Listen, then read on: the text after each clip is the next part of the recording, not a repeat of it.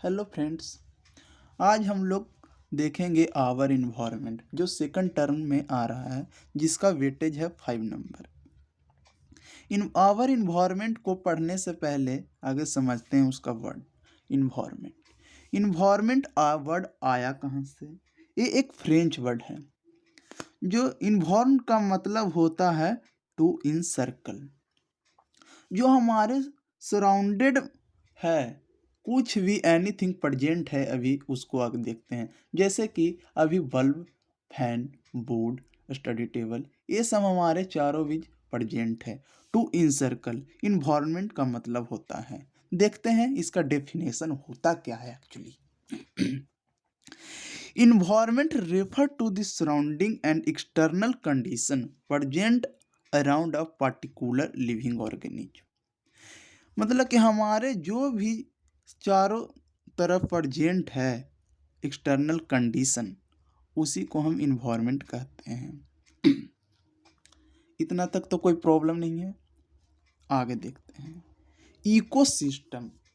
Ecosystem उसी का means समझते हैं। फिर इसको इस वर्ड को देने वाला साइंटिस्ट का नाम था एजी टेंसली, जिसका full name Arthur George Tansley था। क्वाइंड बाय जिसका गिवन देता है नाम। ये 1935 में नेम दिए थे। इकोसिस्टम का मतलब होता है एक एक ज्योग्राफिकल एरिया जो लिविंग ऑर्गेनिज्म और नॉन लिविंग ऑर्गेनिज्म एक दूसरे पर इंटरलिंक हो, मतलब कि एक दूसरे पर डिपेंड हो। जैसे कि इस चांद में दिया हुआ है, उसको आगे देखते हैं। जैसे कि देखिए एक इकोसिस्टम है जो वाटर है, सॉइल है, प्लांट है, फिश है। जैसे वाटर नॉन लिविंग है, सब जानते हैं कि फिश लिविंग है, प्लांट लिविंग है, सॉइल नॉन लिविंग है, फ्रॉग लिविंग है। ये सब देख रहे हैं, एक दूसरे से इंटरलिंक है सब, मतलब कि एक दूसरे पर डिपेंडेंट है। उसी को हम इकोसिस्टम कहते हैं। अब देखिए इसका डेफिनेशन है। It is the geographical area, जो जियोग्राफिकल एरिया जो प्रेजेंट है, पार्टिकुलर एरिया कंसिस्ट कर रहा है living organism and non living organism. Object factor where they interact with other, वही जो मैंने बोला वही लिखा हुआ है। ज़्यादा लंबा वीडियो नहीं बनाएंगे, नहीं तो लेंदी टाइप हो जाएगा। इसको आगे देखते हैं। आगे इकोलॉजी। इकोलॉजी कहते किसको हैं? एनसीईआरटी हम लेकर चल रहे हैं, उससे ज़्यादा फालतू नहीं। स्टडी ऑफ लिविंग ऑर्गेनिज्म, जो हम लिविंग ऑर्गेनिज्म के बारे में स्टडी करते हैं उसी को हम इकोलॉजी कहते हैं। समझ गए ही होंगे। How they interact in ecosystem, ये कोई क्वेश्चन में रिलेटेड है। अब कंपोनेंट ऑफ इकोसिस्टम का कंपोनेंट हम देखते हैं कि क्या का कंपोनेंट है इसका। तो इसका दो तरह का कंपोनेंट है, बायोटिक कंपोनेंट और एबायोटिक कंपोनेंट। बायोटिक कंपोनेंट में तो आप सभी समझ ही रहे हैं, जो लिविंग हो, जैसे बैक्टीरिया हो गया, फंगी हो गया, प्लांट हो गया, एनिमल प्रोटिस्टा। बैक्टीरिया में दो तरह का बैक्टीरिया होता है, यू बैक्टीरिया और क्यू बैक्टीरिया। यू बैक्टीरिया का मतलब होता है कॉमन बैक्टीरिया, जो ज़्यादा टेम्परेचर उसे नहीं चाहिए, उसमें प्रेजेंट रहता है। और एरक्यू बैक्टीरिया क्या है कि लावा तक प्रेजेंट में रहता है, हाई टेम्परेचर से लेकर लो टेम्परेचर तक प्रेजेंट रहता है। इसका यही एकदम खासियत है, इसका फीचर्स है एरक्यू बैक्टीरिया का। अब बायोटिक में देखते हैं कि जैसे हम आगे बोले थे कि इसमें नॉन लिविंग थिंग वगैरह आता है, जैसे एयर हो गया, सॉइल हो गया, टेम्परेचर हो गया, लाइट हो गया, ह्यूमिडिटी, मिनरल्स, वाटर वगैरह वगैरह इटीसी। अब देखें इकोसिस्टम। अब देखिए क्या हमने बोला कि इकोसिस्टम दो, अबायोटिक, बायोटिक। अब अबायोटिक का भी कैटेगरी में बांट दिया गया है, अबायोटिक का भी बांट दिया गया है। अबायोटिक हमने बोला अबायोटिक नॉन लिविंग।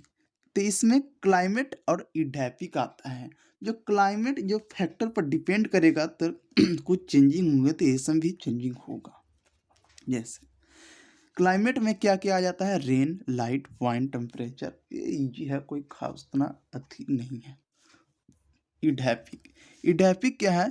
जो सॉइल से रिलेटेड हो, उसी को हम इडेपिक कहते हैं। Soil, pH, mineral, topography, pH acidic है कि बेसिक है, इसका पीएच, मिनरल्स आयरन ज़्यादा है, कैल्शियम, ये सब देखते हैं एडेप्टिक के अंदर। और देखिए बायोटिक कंपोनेंट क्या है, यही मेन है इस आवर इन्वायरमेंट का कंसेप्ट, बायोटिक। यही जैसे देखिए बायोटिक के 3 पार्ट में बांटा गया है, प्रोड्यूसर, कंज्यूमर, डिकम्पोजर। देखिए अब देख कंज्यूमर के भी कुछ खास नहीं है कि इसको समझ जाइएगा तो उतना हार्ड लगेगा नहीं। देखिए कंज्यूमर, प्राइमरी कंज्यूमर जो प्रोड्यूसर के बाद तुरंत खाने वाला, जैसे इंसेक्टेशन डायरेक्ट डिपेंड रहता है प्लांट पर, तो उसको हम प्राइमरी कंज्यूमर कहते हैं। प्राइमरी कंज्यूमर के बाद सेकेंडरी कंज्यूमर आता है, जो इंसेक्ट को खाते हैं, जैसे लिजार्ड, ये सब हो गया सेकेंडरी कंज्यूमर। सेकेंडरी के बाद टर्सरी कंज्यूमर आते हैं, जैसे इंसेक्ट को फ्रॉग खा जाता है, फ्रॉग को स्नेक खा जाता है, तो टर्सरी कंज्यूमर स्नेक आ गया। क्वाटरनरी कंज्यूमर, जो अब स्नेक के कौन खाएगा, तो ईगल खा जाएगा, तो क्वाटरनरी कंज्यूमर हो गया, समझे। अब देखिए प्रोड्यूसर, अब यहाँ पर देखिएगा तो हम कंज्यूमर का डायरेक्ट बता दिया। अब स्टार्टिंग से चलते हैं प्रोड्यूसर से। प्रोड्यूसर कहते हैं किसको, जो खुद से अपना खाना बनाए उसको हम प्रोड्यूसर कहते हैं। जैसे हम लोग पिछले चैप्टर में लाइफ प्रोसेस में भी देखा था कि ऑटोट्रोप्स, एट्रोट्रोप्स वगैरह, उसी को हम प्रोड्यूसर भी कहते हैं, कुछ खास नहीं है। Living organism which prepare their on food, जैसे प्लांट हो गया, प्रोड्यूसर है, वो अपना खुद खाना बना रहा है, देख रहे हैं आप, तो उसको हम प्रोड्यूसर कहते हैं। प्रोड्यूसर में भी 2 तरह का ऑटोट्रॉफ में हमने देखा था लाइफ प्रोसेस में, कि फोटोसिंथेटिक होता है ऑटोट्रॉफ, एक केमोसिंथेटिक ऑटोट्रॉफ होता है, जो हम लोग को पढ़ना है फोटोसिंथेटिक ऑटोट्रॉफ। जैसे प्लांट हो गया, कुछ बैक्टीरिया भी रहते हैं इसमें, जैसे साइनोबैक्टीरिया यहाँ पर लिखा हुआ है, जिसे हम ब्लू ग्रीन अलगी भी कहते हैं। यहाँ तक तो कोई दिक्कत नहीं है, जो लॉन्ग वीडियो हो जाएगा, इसलिए हम जल्दी जल्दी कुछ कर रहे हैं कि आपका सिलेबस जल्दी कंप्लीट हो जाए और हमारा भी रिवीजन हो जाए। देखिए तो यहाँ पर देखें आपने कि प्रोड्यूसर, उसके बाद कंज्यूमर, उसके बाद डिकम्पोजर। कंज्यूमर देखते हैं। कंज्यूमर जो प्रोड्यूसर पर डिपेंड रहता, जैसे हेटरोट्रॉफ था, जो प्रोड्यूसर पर ऑटोट्रॉफ पर डिपेंड रहता था, dependent on other organism for food, जिसमें इसमें 3 तरह का था, हर्बीवोरस, कार्निवोरस, ओमनीवोरस। प्रोड्यूसर जैसे देखिए यहाँ पर एक टेबल बनाया हुआ है। प्रोड्यूसर ग्रास हो गया, जो खुद खाना बनाता है। उसके बाद ग्रास हॉपर, जो टिड्डे आपने देखे हैं, वो डायरेक्ट डिपेंड रहता है ग्रास पर, देख लिया। ग्रास हॉपर के कौन खा जाएगा, स्नेक खा गया।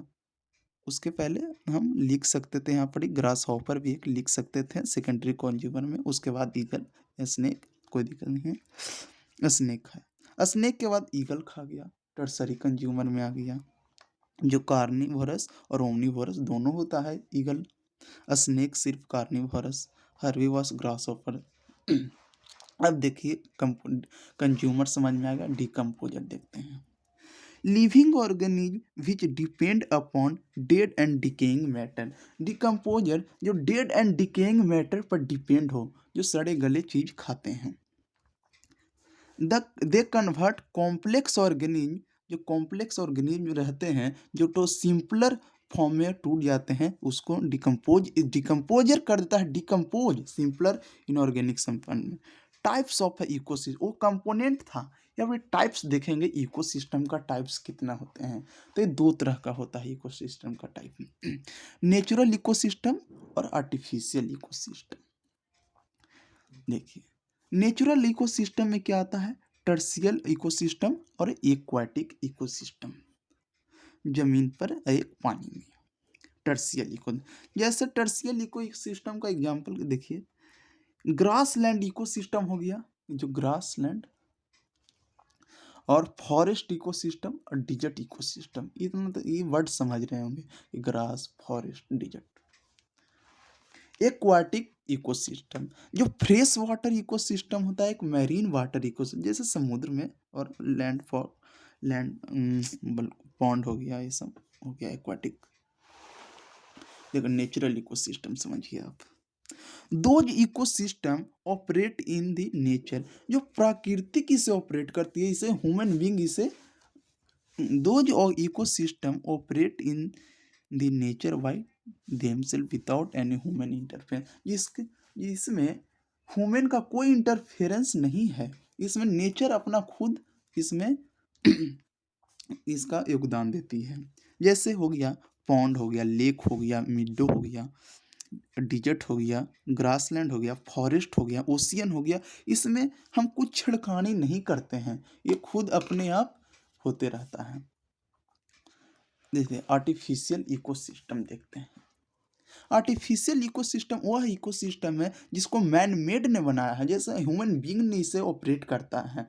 जैसे देखिए एक्वेरियम आपने देखा होगा, हम लोग उसमें फिश सिस्टम रखते हैं अच्छे हम लोग देखने के लिए कि उस आर्टिफिशियल इकोसिस्टम है, उसका इन्वायरमेंट हम दे रहे हैं, इको सिस्टम दे रहे हैं। These are maintain by man, देखिए मेंटेन बाय हम लोग इसको कंट्रोल करते हैं, ना कि ये नेचर के द्वारा किया जाता है। And hence are also term manmade, manmade रहता है, इंजीनियर के द्वारा बनाया गया है। Maintains natural balance man maintains the natural balance by the addition of energy, कुछ एनर्जी से देकर हम लोग इसको बैलेंस करते रहते हैं। प्लांट मैनिपुलेशन, जैसे हो गया क्रॉपलैंड हो गया, गार्डन हो गया, एक्वेरियम हो गया, इटीसी वगैरह।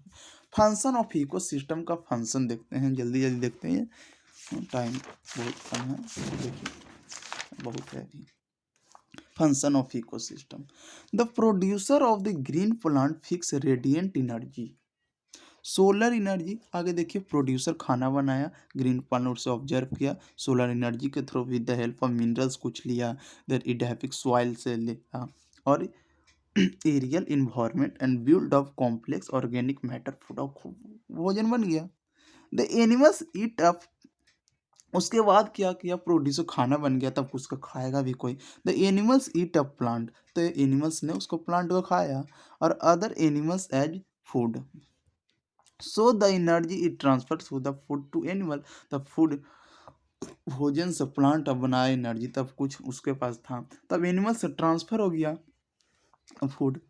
वेन प्लांट्स एंड एनिमल दोनों अपना खाना खा लिए, बना लिए, कोई दोनों अब डेड करेंगे, देन डिकम्पोजर अब क्या करेगा, like certain bacteria and fungi, ये दोनों का डेड बॉडी को डिकम्पोज करेगा, सिंपल मटेरियल में ब्रेक डाउन करेगा, and like CO2 H2 and minerals which go back to the air, heat के फॉर्म में एनर्जी वापस एयर में चल जाएगा, water body then soil from where they were taken, और इस तरह से इस प्रोसेस का फंक्शन है। आगे देखते हैं, और एक फैक्ट है, जो ग्रीन प्लांट होता है ना, वो सन से एनर्जी सिर्फ 1% लेता है, मतलब कि एनर्जी मान लिया जाए कि 100 जूल आ रहा है एनर्जी सन से, तो उसका मात्र 1% ही कंज्यूम करेगा, प्लांट में से 1 जूल ही कंज्यूम करता है, और बाकी एनर्जी रिफ्लेक्ट कर देगा, नहीं तो और कुछ करेगा, ऑब्जर्व कर नहीं रहेगा, नहीं तो रिफ्लेक्ट ही कर देता है। फूड चेन अब देखते हैं। फूड चेन एक सीक्वेंसली अरेंजमेंट है, आपने देखा होगा, जैसे पीछे में पढ़ाए हैं कि प्रोड्यूसर खाना बनाया, उसके बाद ग्रास हॉपर खाया, उसके बाद फ्रॉग खाया, ग्रास हॉपर को, फ्रॉग का स्नेक खाया, स्नेक को ईगल खाया, उसी को हम फूड चेन कहते हैं। तो सीक्वेंसली अरेंजमेंट है, एक दम दम इसको ये खाएगा, इसको वो खाएगा, उसको वो खाएगा, इस तरह से अरेंजमेंट है, कोई एक दूसरे को वो नहीं कि लड़ाई यहाँ पर कि हम खाएंगे, ऐसा नहीं होता है। The sequentially arrangement by living organism to represent the flow of food energy is known as food chain. जो सिक्वेंसली अरेंजमेंट है, ये हम देखेंगे आगे बताएंगे, जिसको करता है फूड एनर्जी को ट्रांसफर। ट्रॉपिक लेवल्स, उसके बाद ट्रॉपिक लेवल समझते हैं, ये बहुत इंपॉर्टेंट है, क्वेश्चन पूछा जा सकता है। इट इज ए पोजीशन बताता है कि कौन किसको खाएगा। It is the position and organism occupies in a food chain, कि कौन कहाँ पर किसका पोजीशन है, वह इसको बताने का काम करता है trophic levels. Each link in the chain represent on trophic level. देखिए यहाँ पर देखिए, आप समझिए, देखिए ये एक टर्सियल है, ये एक्वाटिक है इस साइड, बीच में ट्रॉपिक लेवल से हम डिनोट किए हैं। जैसे ग्रास है, ग्रास हॉपर के खाएगा, एनर्जी ट्रांसफर हो रहा है, ऐसा नहीं कि इसका ये खा रहा है। ग्रास है, प्रोड्यूस किया, प्राइमरी कंज्यूमर यहाँ पर भी हो जाएगा, देखिए यहाँ पर दोनों हो गए, secondary consumer, tertiary consumer, quaternary consumer ये हो गया। Primary consumer, secondary consumer, tertiary, quaternary, fifth तक चल गया। यहाँ तक जनरली होता नहीं है फिफ्थ तक, यहाँ क्योंकि 10% लॉ में पढ़ेंगे तो देखेंगे आगे। जैसे यहाँ पर ग्रास को फर्स्ट ट्रॉपिक लेवल कहा गया, second trophic level, third trophic level, fourth trophic level, fifth trophic level. यहाँ पर सबसे कम एनर्जी रहता है, सबसे प्लांट देख रहे हैं कि उतना बड़ा अपना खुद का खाना बना रहा है तो उसके पास तो ज़्यादा ऑलवेज रहना ही चाहिए एनर्जी। आगे देखते हैं, ये हम एक पिरामिड बनाए हैं, इससे आप समझिएगा। जैसे ये बेसमेंट है, यहाँ बेसमेंट है तो यहाँ पर ज़्यादा एनर्जी है, मतलब कि इतना प्लांट खुद का खाना बना रहा है तो इसके पास ज़्यादा एनर्जी रहेगा ही, तो ज़्यादा एनर्जी है तो ग्रीन प्लांट ऑलवेज यहाँ पर रहता है।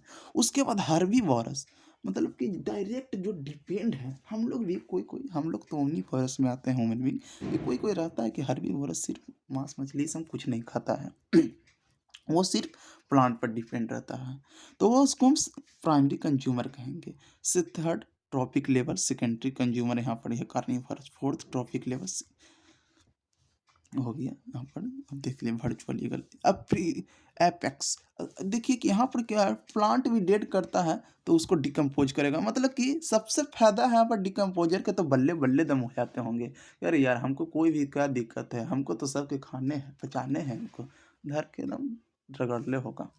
10% लॉ ऑफ एनर्जी हम लोग देखेंगे। 10% लॉ ऑफ एनर्जी, इसको हम लिंडमैन्स 10% लॉ भी कहते हैं, जो 1942 में दिया गया था। According to 10% law of energy में क्या होता है कि मान लीजिए कि यहाँ पर आपने देखा था कि ग्रास यहाँ पर देखिए, जैसे यहाँ प्रोड्यूसर है जो 1000 के कैलोरीज यहाँ पर ही प्रोड्यूस किया, मतलब कि जूल, एनर्जी का यूनिट ऐसे जूल होता है कि कैलोरीज में हम लोग नापते हैं तो शायद इसका कैलोरीज ही होगा।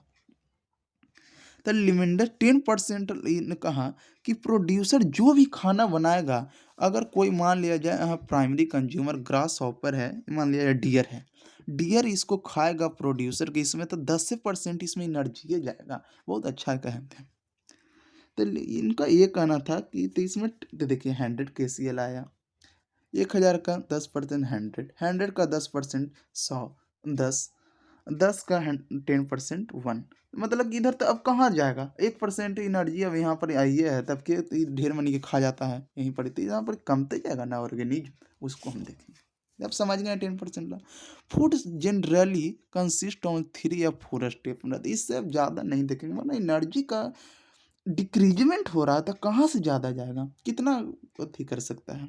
तो generally more number of individual are present at lower trophic level, greatest number is producer. देखे होंगे ज़्यादा प्रोड्यूसर पर ज़्यादा प्रेजेंट रहेगा क्योंकि उसके पास ज़्यादा एनर्जी है, समझे। The flow of energy is a food chain is always uni direction, ऐसा नहीं कि मतलब कि ऐसे चल रहा है तो ऐसे ही चलेगा, ऐसा नहीं कि ऐसे ऐसे हो जाएगा तो फिर दिक्कत हो जाएगा, फूड वेव में वो चीज़ों का ये यूनी डायरेक्शन चलता है, समझे। और आप देखते हैं फूड वेव कहते किसको हैं। फूड वेव फोटो दिया हुआ है एनसीईआरटी में, हम आपको खोल कर दिखाते हैं कि फूड वेव कहते किसको हैं। फूड वेव देखिए एनसीईआरटी में फोटो दिया है कि यहाँ पर ये डिपेंड नहीं है कि कौन किसको खाएगा, यहाँ पर जो आया उसको खा जा रहा है। जैसे देखें यहाँ पर एक और एस चंद दिख रहे हैं फोटो कि ये जरूर नहीं लिखा हुआ नहीं कि ग्रास ऑफर खाएगा, ये सब नहीं है। यहाँ पर जॉन जिसको खा जा रहा है, जो आ रहा है पकड़ा रहा है, उसको एकदम धज्जियाँ उड़ा दे रहा है, समझ गए। अब देखेंगे the network of many interconnected of food chain, network है वो एक सीक्वेंस लगातार था, ये नेटवर्क है, जाल एकदम है एकदम, जॉन मन तौन एकदम मार के एकदम, क्या बताएं क्या बोले फूड। अब इसका डिफरेंस है, आप समझ, आप खुद ये होमवर्क आप लोग का है कि आप खुद निकालें कि फूड चेन और फूड वेब में क्या डिफरेंस है, ठीक है। आप देखिएगा, आप आपका कुछ करिएगा तभी आप, वरना दिक्कत हो जाएगा ना। अब देखें बायोमैग्निफिकेशन ना मेन टॉपिक है, बहुत शानदार टॉपिक है, बहुत अच्छा से आप समझिए इसको। अगर ये समझ गए ना तो आपको कोई हार्ड नहीं है। फिर बायोमैग्निफिकेशन, जो होमवर्क हमने दिया आपको दिया है वो करिएगा, नहीं तो आप एक बार देख लीजिए कैसे है, और उसके बाद नहीं तो आप लिख लीजिएगा, आप एक बार पढ़ लीजिएगा कि क्या क्या हमने बोला। बायोमैग्निफिकेशन कहते किसके हैं, मतलब कि increases of concentration of pollutant chemical. Magnification बड़ा बड़ा धीरे धीरे बड़ा होते जा रहा है। जैसे इस तरह से आप देखिए कि सबसे कम था प्रोड्यूसर के पास, सबसे कम टॉक्सिक्स होते हैं प्रोड्यूसर के पास, और सबसे कम एनर्जी इसके पास है, सबसे ज़्यादा एनर्जी इसके पास है, कि सबसे कम टॉक्सिक केमिकल है इसके पास। ये ध्यान में रखिएगा, ये अगर आप ध्यान में रखनी है तो कोई भी दिक्कत इसमें नहीं होगा। जैसे देखिए biomagnification is the increases in the concentration of toxins. देखिए ये धीरे धीरे इसका इंक्रीजेज हो रहा है, ऐसा नहीं कि इसके पास ज़्यादा एनर्जी है तो इसके पास टॉक्सिन्स भी ज़्यादा, नहीं, इसका उल्टा है कि इसके पास एनर्जी ज़्यादा है तो टॉक्सिन्स कम रहेगा। तो वही है small concentration in the body tissue organism as it moves from one trophic level to the next। समझ गए ना, मतलब कि फर्स्ट ट्रॉपिक लेवल में ज़्यादा टॉक्सिन्स रहेगा, और लास्ट फोर्थ या फिफ्थ ट्रॉपिक लेवल में सब सबसे ज़्यादा केमिकल रहेगा। फर्स्ट ट्रॉपिक लेवल में सबसे कम और फोर्थ में सबसे ज़्यादा। समझ गए कंसर्न। देखिए इसके सिंबल से आप समझिएगा, नहीं याद रहेगा तो इस सिंबल आप धीरे धीरे यूटिलाइज कर लीजिए कि ऐसे फाड़ दें, धीरे धीरे बढ़ रहा है, दिख रहे हैं, पतला था पहले फिर धीरे धीरे बढ़ जा रहा है।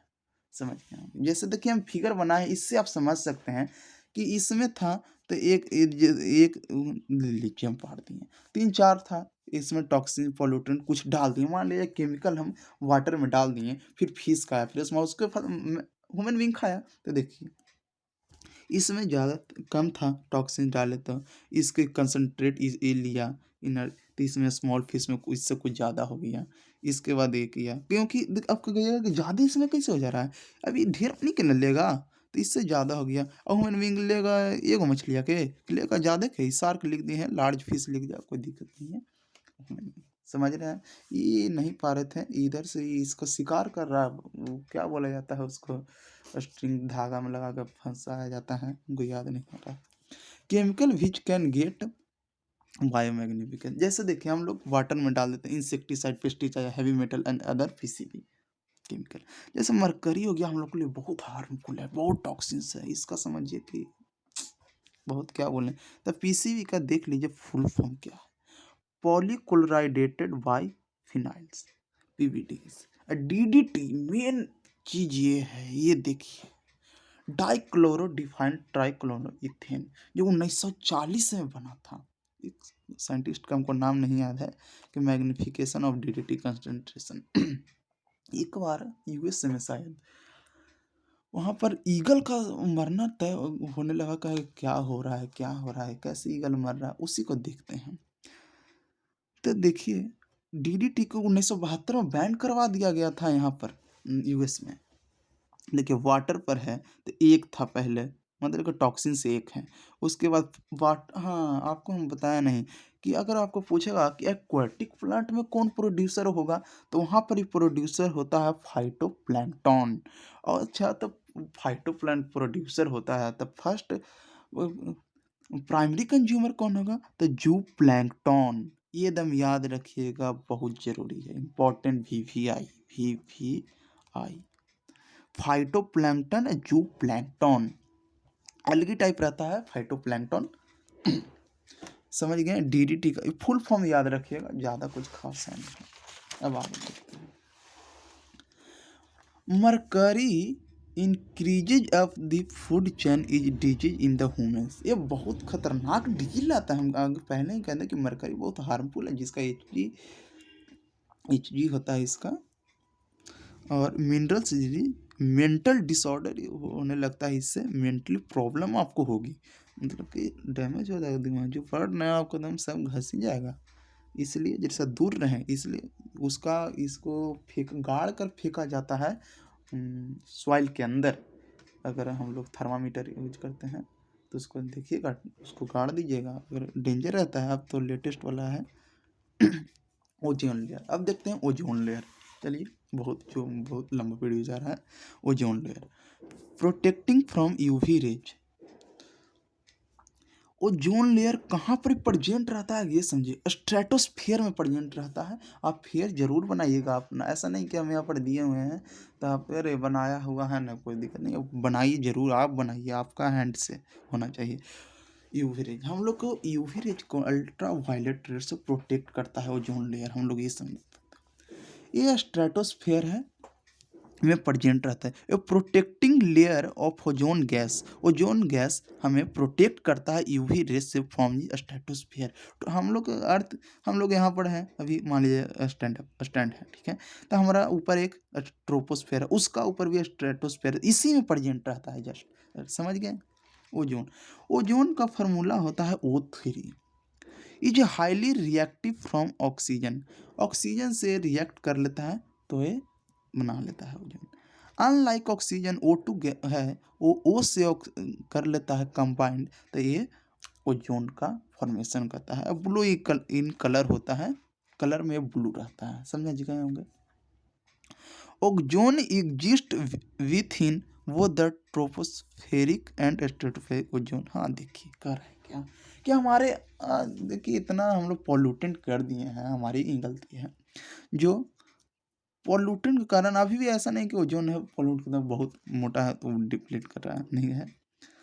देखिए in the atmosphere, in the troposphere ground level ozone is major air pollutant. क्या है ना कि वो एयर पॉल्यूटेंट इतना कर दिया है कि एक ट्रोपोस्फेयर में भी ओजोन टाइप बन गया है।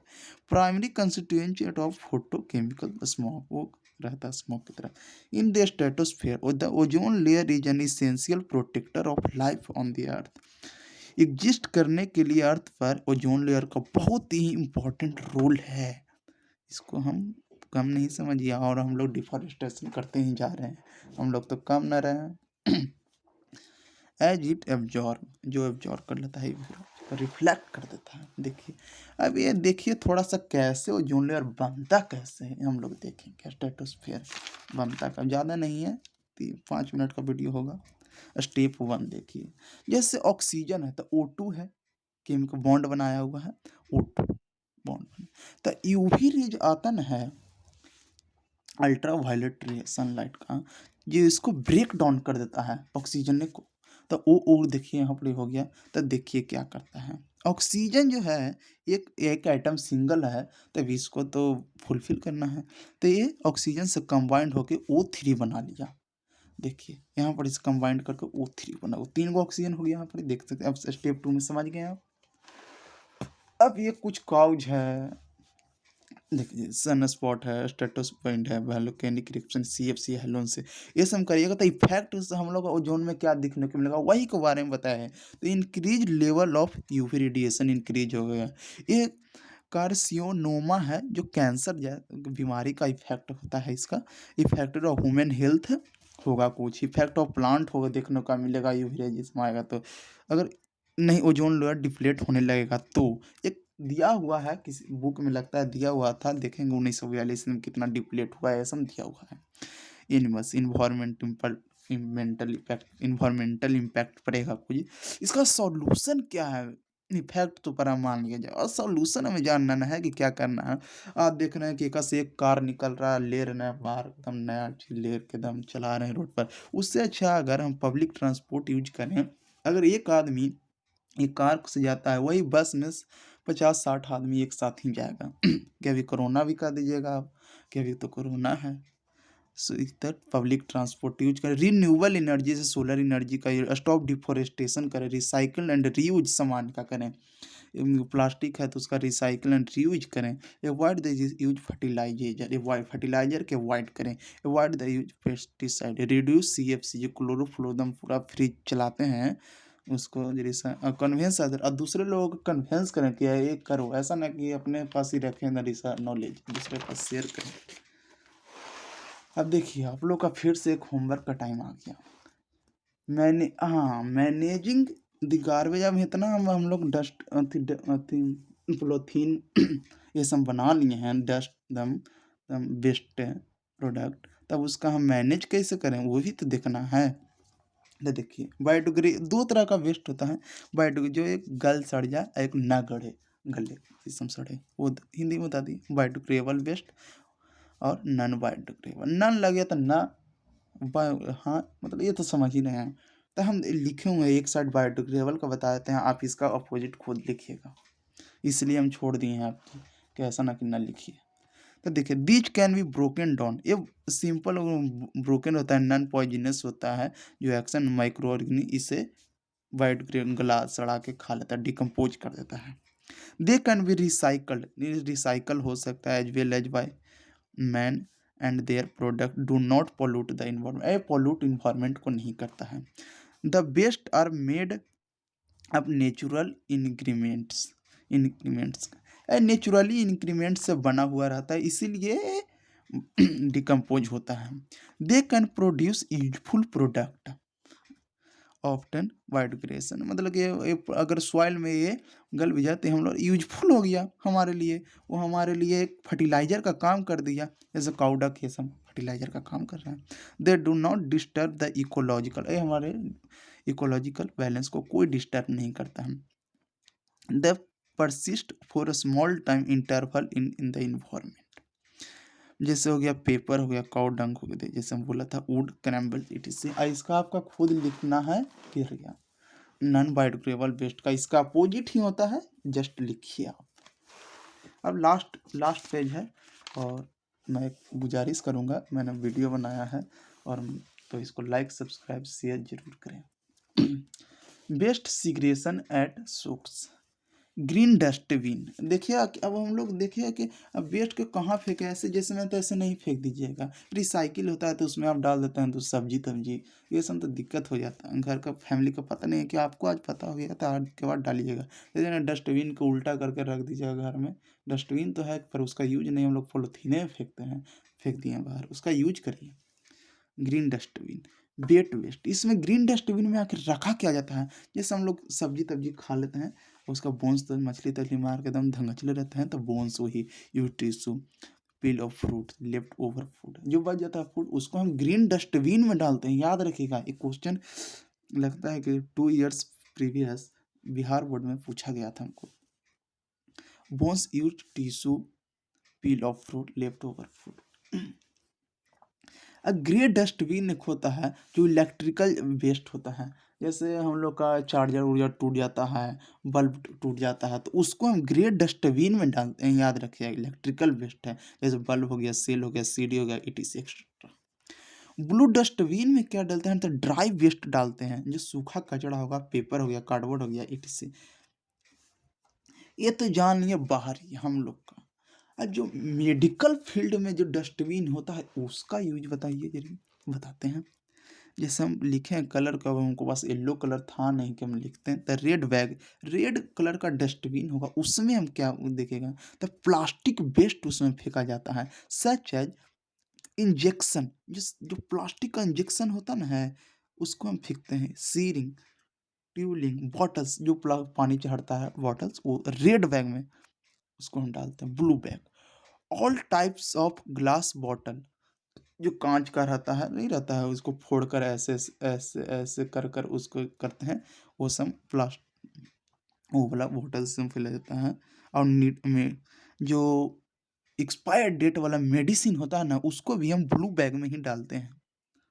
देखिए यहाँ पर ब्लू डस्टबिन था, तो इसमें ड्राई वेस्ट डाल देते हैं, इसमें भी ड्राई वेस्ट मतलब कि कांच वाला डालते हैं, कांच वाला। इसमें क्या था, पेपर ये सब था, इसमें हम बॉटल डालते हैं कांच इसम का, और मतलब एक्सपायरी डेट वाला सामान जहाँ ही दिए। अब ब्लैक, ब्लैक में क्या डालते हैं, ब्लैक में नीडल, जो सैरिंग में जो सुइया अथी देखा होगा ऐसे देते हैं, तो उसका हम नीडल जो एल्युमिनियम टाइप रहता है उसको हम उसी में डालते हैं, ब्लैक पैक में सैरिंग। जो ब्लेड्स होता है जो ऑपरेशन करने में सब यूज करता है, उसको हम इस ब्लैक बैग में डालते हैं। ऑल मेटल आर्टिकल, जो मेटल का चीज़ रहता है ना उसको हम ब्लैक बैग में डालते हैं। येलो बैग्स, येलो बैग हमको पास पेन था नहीं, तब क्या बोले, स्केच पेन भी नहीं था कि ऐसे येलो कर देते हैं। तो इन्फेक्शन बेस्ड देखते होंगे, पी निकलता है तो येलो कलर, याद रखिएगा, पी निकलता है तो येलो टाइप में रहता है, तो उसको हम येलो बैग में डालते हैं। तो बैंडेज में पोंछ देते हैं, उसको अब हम क्या बोलते हैं पढ़ाने के लिए, yellow bag, infection based bandage, gauze, cotton और other things in contact with body fluid, body के जो फ्लूइड था उसको हम ह्यूमन बॉडी पार्ट्स में हम लोग करते हैं। Thank you so much. आप थोड़ा सा आप एक मदद कर दीजिएगा कि आप शेयर, लाइक और सब्सक्राइब जरूर करें। Thank you so much. एक आपको टिप्स दे देता हूँ, जो आप थोड़ा सा करते रहेगा क्लास में भी, ऐसे के देखिए, ऐसे करिएगा, समझ गए? ऐसे अपोजिट आ जाता है। Thank you so much.